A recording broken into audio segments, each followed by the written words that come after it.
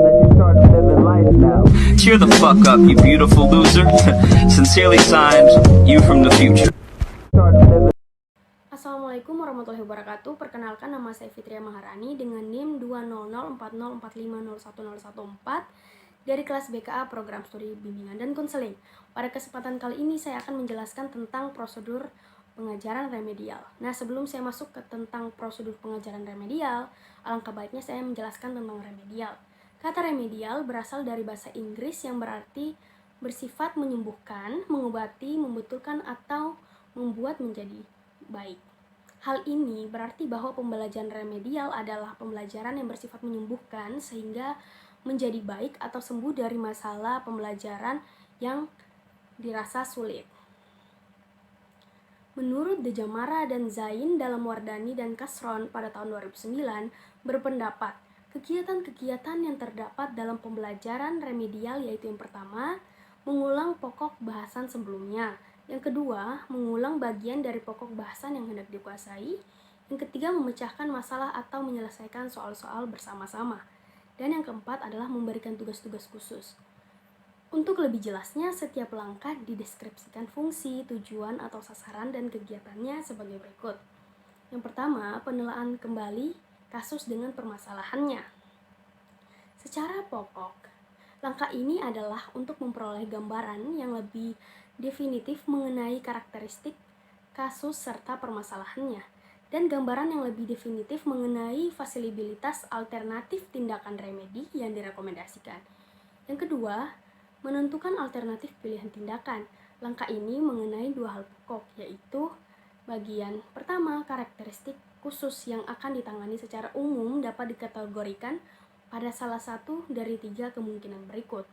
Bagian A, kasus yang bersangkutan dapat disimpulkan hanya memiliki kesulitan dalam menentukan dan mengembangkan pola, strategi, atau metode atau teknik belajar yang sesuai, efektif, dan efisien. Bagian B, kasus yang bersangkutan dapat disimpulkan di samping memiliki kesulitan dalam menentukan dan mengembangkan pola strategi atau metode atau teknik belajar yang sesuai, efektif, dan efisien, juga diharapkan pada hambatan-hambatan ego emosional, potensi fungsional, dan sosial psikologis dalam penyesuaian dengan dirinya dan lingkungan.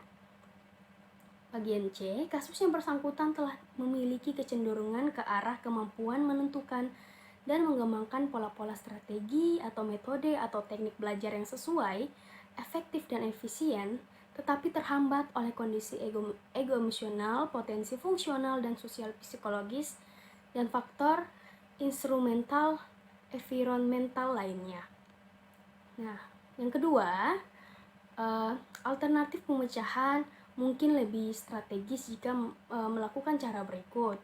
Yang bagian A, langsung kepada langkah pelaksanaan pembelajaran remedial. Yang bagian B, harus menempuh dahulu langkah layanan bimbingan konseling sebelum lanjut ke arah pelaksanaan pembelajaran remedial. Bagian 3, layanan bimbingan dan konseling atau psikoterapi. Langkah ini pada dasarnya bersifat pilihan, bersyarat ditinjau dari kerangka keseluruhan prosedur pembelajaran remedial. Sasaran pokok yang hendak dituju oleh siswa bebas dari hambatan dan ketegangan batinnya untuk kemudian siap sedia kembali melakukan kegiatan belajar secara wajar dan realistis. Yang keempat, melaksanakan pembelajaran remedial. Dengan terciptanya prakondisi seperti digambarkan sebelumnya, langkah pelaksanaan pembelajaran remedial barulah dipandang tepat. Yang kelima, mengadakan pengukuran prestasi belajar kembali. Setelah pembelajaran remedial dilakukan, seharusnya dideteksi ada atau tidaknya perubahan pada diri siswa. Melakukan pengukuran kembali, hasilnya pengukuran ini diharapkan memberikan informasi seberapa besar perubahan yang telah terjadi baik dalam arti kuantitatif maupun kualitatif. Yang keenam, mengadakan reevaluasi dan rediagnostik. Hasil langkah pengukuran prestasi belajar kembali harus ditafsirkan dan ditimbang kembali dengan menggunakan cara dan kriteria untuk proses belajar mengajar utama. Yang ketujuh dan yang terakhir adalah tugas tambahan. Langkah ini bersifat pilihan yang kondisional.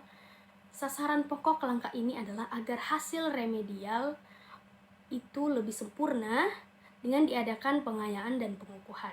Baik, mungkin itu saja penjelasan dari saya. Mohon maaf bila banyak kekurangan. Wabillahi taufiq wal hidayah. Wassalamualaikum warahmatullahi wabarakatuh.